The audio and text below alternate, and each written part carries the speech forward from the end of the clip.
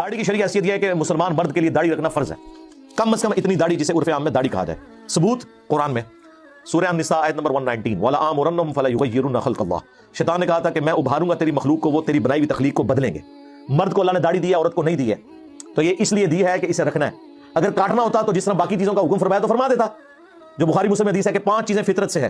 Number 1 ختنہ کروانا، number 2 مونچھوں کو پست کرنا، نمبر 3 ناخن کاٹنا، نمبر 4 بغلوں کے بال، اور نمبر 5 زیر ناف بال ان کو کاٹنا، اور وہ بھی صحیح مسلم ہے 40 دن میں ایک دفعہ آپ نے کاٹنے۔ تو جو کاٹنے کا حکم تھا وہ بتا دیا، جو رکھنے کا حکم تھا اس کے بارے میں بخاری مسلم میں حدیث آ گئی کہ نبی السلام نے فرمایا کہ داڑیاں بڑھاؤ اور مونچھیں پست کرو، یہود و نصارہ کی مخالفت کرو، اور داڑھی اتنی جسے عرف عام میں داڑھی کہا جائے وہ رکھنا تو فرض ہے۔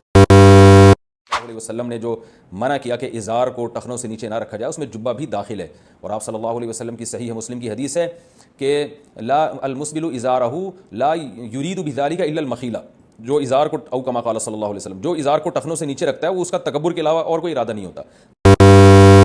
داڑھی کتنی رکھنی چاہیے؟ داڑھی ایک مٹھی رکھنا واجب ہے، اور مٹھی جو ہے یہ تھوڑی سے دیکھی جائے گی، جیسے یہاں دیکھیں یہ تھوڑی یہاں رہ گئی اور یہ داڑھی ایک مٹھی۔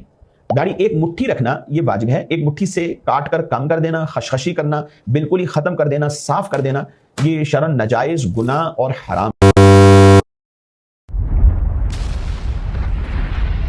کون سی شریعت ہے وہ جس سے نفس پاک ہوتا ہے؟ وہ شریعت کتابی شریعت نہیں ہے، وہ شریعت بہار شریعت کی کتاب نہیں ہے۔ کامل شریعت کی نظروں سے نفس پر نظر پڑتی ہے، اس کو شریعت باطن کہتے ہیں۔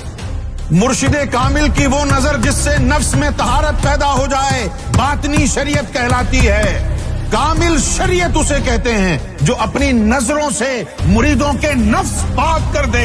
شریعت کے نعرے لگانے والوں معلوم بھی ہے کہ شریعت کیا ہوتی ہے۔